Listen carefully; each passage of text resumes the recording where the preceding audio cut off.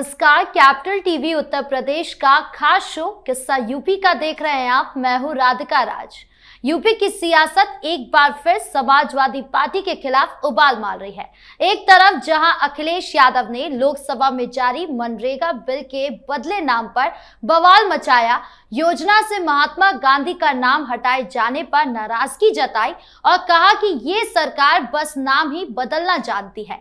जी राम जी लिख देने से किसानों की समस्या कम नहीं होती। इस बयान के बाद समाजवादी पार्टी की समस्या बढ़ गई है। सरकार का आरोप है कि अखिलेश यादव को राम नाम सुनते ही घबराहट होती है और न केवल समाजवादी पार्टी की मुश्किलें बढ़ी है बल्कि उनका संरक्षण जिन लोगों को मिला उनकी भी रातों की नींद उड़ी हुई है। माफिया मुख्तार अंसारी की पत्नी अफसा अंसारी की तलाशी तेज हो गई है और पुलिस संभावित ठिकानों पर दबिश दे रही है। उनके खिलाफ गैर जमानती वारंट और कुर्की का भी नोटिस जारी कर दिया गया है। इसी पर चर्चा करने के लिए मेरे साथ स्टूडियो में मौजूद है कैपिटल टीवी के executive editor Rajeev Kumar. Sir, आपका बहुत बहुत स्वागत है। धन्यवाद। सर, अखिलेश यादव से शुरू करते हैं। उन्होंने मनरेगा का नाम बदले जाने पर सवाल उठाए। उनका कहना है कि राम जी नाम लिख देने से क्या होता है? राम जी नाम लिख देने से वही होता है जो अखिलेश के साथ यादव नाम लिख देने से होता है। क्या अखिलेश से यादव लिख देने से यादवों की समस्या खत्म हो गई? क्या मुलायम से यादव लिख देने से सारे यादव करोड़पति अरबपति हो गए? यादवों के वोट लेकर चलते हैं। क्या इनके टोपी पहन के ये इफ्तार पार्टियां कर देने से सारे मुसलमानों की समस्या खत्म हो गई? तो किसी योजना का नाम जो पहले था उसे बदला गया और बदले हुए नाम को फिर बदला गया। इसमें आपको समस्या किस बात के लिए है कि महात्मा गांधी का नाम जोड़ा गया था तो उसे हटाया कैसे जा सकता है? अगर महात्मा गांधी का नाम जोड़ा जा सकता है तो हटाया क्यों नहीं जा सकता? क्या महात्मा गांधी का नाम गीता में लिखे हुए उपदेश की तरह है कि गीता में परिवर्तन नहीं किया जा सकता? कुरान के ये जो आयतें हैं उसको बदला नहीं जा सकता? महात्मा गांधी का नाम किसी योजना के साथ जोड़ा गया। अब योजना के साथ जोड़ने के पीछे भी एक पॉलिटिकल मकसद था कांग्रेसियों का, जो नरेगा को एमजी नरेगा कर दिया गया। नरेगा नाम था नेशनल रूरल डेवलपमेंट प्रोग्राम और उसको इसने महात्मा गांधी नरेगा कर दिया। तो महात्मा गांधी का नाम जोड़ दिए। अब ऐसा लग रहा है कि महात्मा गांधी का नाम जोड़ देने से सीमित हो गया था, योजना को और एक्सपेंड किया जाना चाहिए। तो उसमें विकसित भारत जोड़ दिया गया, ग्रामीण रोजगार गारंटी योजना जोड़ दिया गया, उसके दिनों की संख्या बढ़ाई गई। इस पर आप एक शब्द नहीं बात करोगे कि 100 दिन के बदले 125 दिन। 25 दिन का मतलब होता है कि 100 दिन के 125 दिन करने से 25% रोजगार की संभावना बढ़ी है। 25% बढ़ा दिया गया समय। लेकिन फिर भी आपको एक शब्द नहीं बोलना है कि इस रोजगार गारंटी योजना के समय बढ़ा देने से लाखों लोगों को रोजगार 25 दिन ज्यादा मिलेगा। जो मनरेगा के तहत काम करने वाले श्रमिक हैं, हर प्रदेश में हैं, उन प्रदेशों के लाखों करोड़ लोग जो हैं उनको 25 दिन का एक्स्ट्रा काम मिलेगा। पर अखिलेश यादव कह रहे हैं कि 200-300 दिन क्यों नहीं किया? अगर अखिलेश यादव को लगता है कि 300 दिन कर दिया जाए तो 300 दिन तक मनरेगा में काम करने वाले व्यक्ति, जिसको राज्य के उस प्रदेश के श्रमिकों के मानदंड होते हैं, वेतन होते हैं, उसके आधार पर पैसे दिए जाए, तो फिर ग्रामीण क्षेत्रों में काम करने के लिए श्रमिक मिलेंगे कहां से खेती के समय में? जब अखिलेश यादव मनरेगा का पूरा कॉन्सेप्ट ही नहीं समझ पाया है तो इस पर चर्चा करने का अधिकार ही नहीं है वो।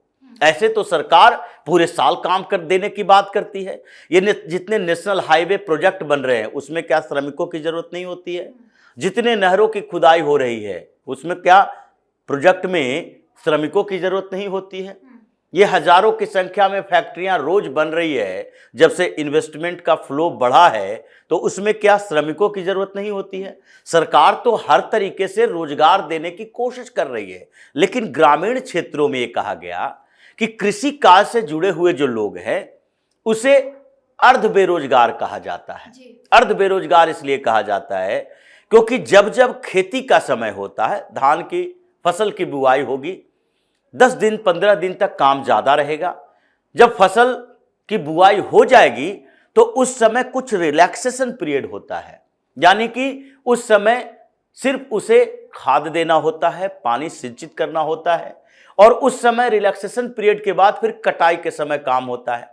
उसी तरीके से खरीफ और रबी फसल के बीच का एक गैप होता है, और कुछ ऐसे समय होते हैं जिस समय ग्रामीण क्षेत्रों में कृषि कार्य नहीं होते। वो जो फसल होते हैं वो कुछ विशेष क्षेत्रों में होते हैं कि नहीं गेहूं की फसल कट गई है तो उसके बाद मूंग बो दो। ऐसा कहीं कहीं होता है, हर जगह नहीं होता।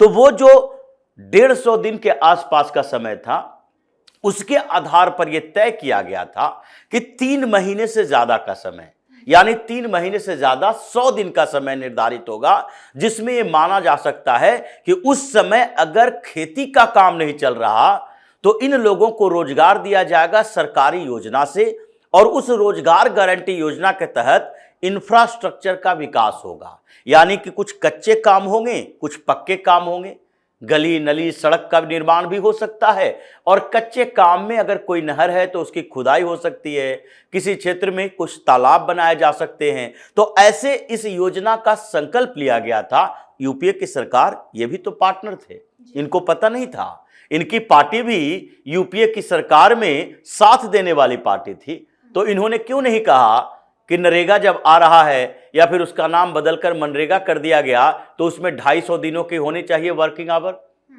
गारंटी दो कि 250 दिन तक गारंटी देते हैं काम की। लेकिन उस समय आपने नहीं किया।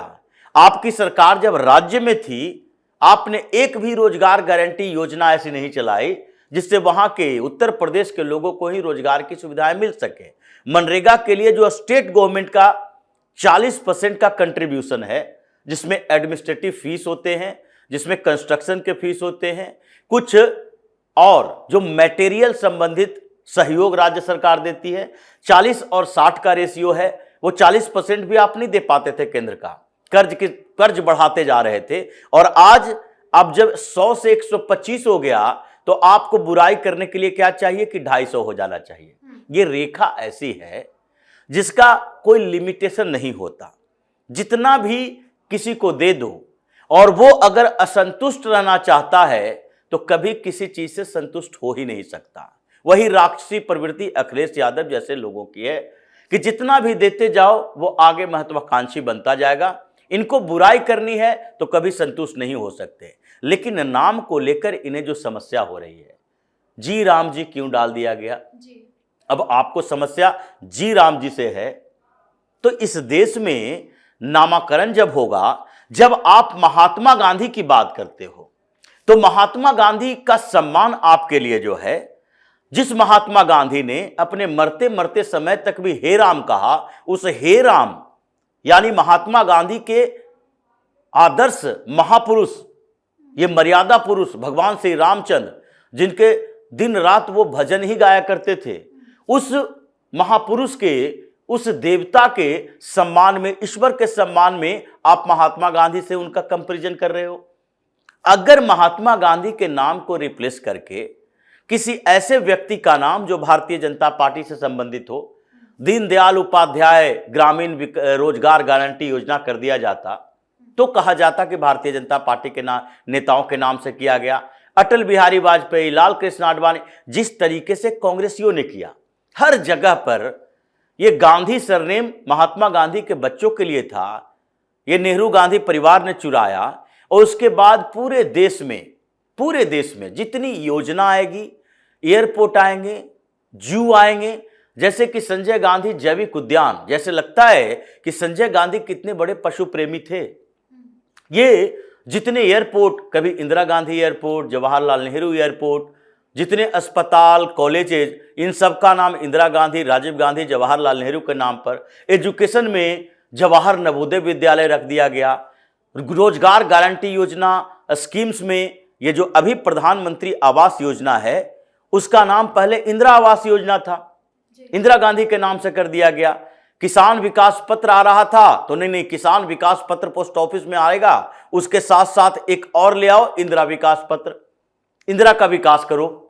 जो स्थिति इन लोगों की थी उसे ही बदलने की कोशिश की जा रही है कि उनसे ऊपर जब आप ऐड करते हैं तो नीचे वाले से तुलना नहीं की जा सकती। लेकिन इनको समस्या जी राम जी से इसलिए है कि इससे समस्या मुसलमानों की हो। सर, समस्या तो माफिया मुख्तार अंसारी की पत्नी को भी हो रही है, लगातार उनकी तलाशी हो रही है और दूसरी तरफ उनकी सारी संपत्ति कुर्क कर दी गई है। देखिए, कुर्क की गई है, अभी गिरफ्तारी नहीं हुई है। जब तक ये लोग आकर सरेंडर नहीं करता तब तक सरकार के पास, प्रशासन के पास, पुलिस के पास उपाय क्या है? अगर आपके खिलाफ वारंट जारी है, लुकआउट नोटिस जारी है, 50,000 का इनाम घोषित है, आप भगोड़ा बनी हुई हो, मुख्तार अंसारी की पत्नी अफसा अंसारी की बात हो रही है, अगर आप भगोड़ा बनी हुई हो, आपको लगता है कि हमारे खिलाफ जो शिकायत की गई है वो गलत शिकायत है, तो आप कोर्ट में जाकर एंटीसिपेटरी बेल ले लो, कोर्ट से जमानत ले लो। लेकिन नहीं, क्योंकि कोर्ट जमानत देगा नहीं, आपके ऊपर गंभीर आरोप है, आप भाग गए। तो अगर भाग गई हो तो फिर उसके बाद पुलिस आगे की कार्रवाई कैसे करती है? कुर्की वारंट जारी करती है, फिर प्रॉपर्टी सील की जाती है और उसके बाद सर्च वारंट तो जारी है, सर्च हो रहा है। तो इसलिए मुख्तार अंसारी नहीं, जितने भी माफिया उत्तर प्रदेश में हैं उन सब के लिए योगी ने एक ब्लूप्रिंट तैयार किया है कि सबसे पहले तो जो माफिया है उसको गिरफ्तार करो, ज्यादा उछल कूद मचाए तो उसके बाद मुख्तार अंसारी, अतीक अहमद वाला अंजाम दे दो, उसके बाद उसका पूरा नेटवर्क तोड़ो, क्योंकि अगर वो नेटवर्क जिंदा रह गया तो आगे उसी में से, उसी परिवार से कोई फिर से उस गद्दी पर बैठ जाएगा और फिर से वही माफियागिरी चलना शुरू हो जाएगा। तो जब इन लोगों ने सरेंडर करने से मना कर दिया, भागते भागते फिर रहे, इंतजार कर रहे, इंतजार किस बात की? सत्ता बदले। अगर सत्ता बदल जाती है, योगी जैसा मुख्यमंत्री नहीं होंगे, अगर अखिलेश की सत्ता आ जाती है तो इनको सरेंडर करने में कोई तकलीफ नहीं होगी। मुख्तार अंसारी ने यही किया था। मुख्तार अंसारी उत्तर प्रदेश की जगह पंजाब के जेल में जाकर बैठा हुआ था और वहां सारी सुविधाएं इसे मिल रही थी।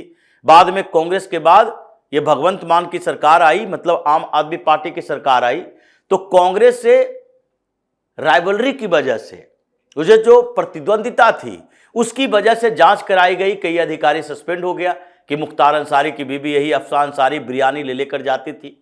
उसके बाद पंजाब से जब यूपी लाया गया तो उस समय भी इन लोगों ने विरोध किया, पंजाब सरकार ने विरोध किया, नहीं नहीं हम नहीं सौंपेंगे।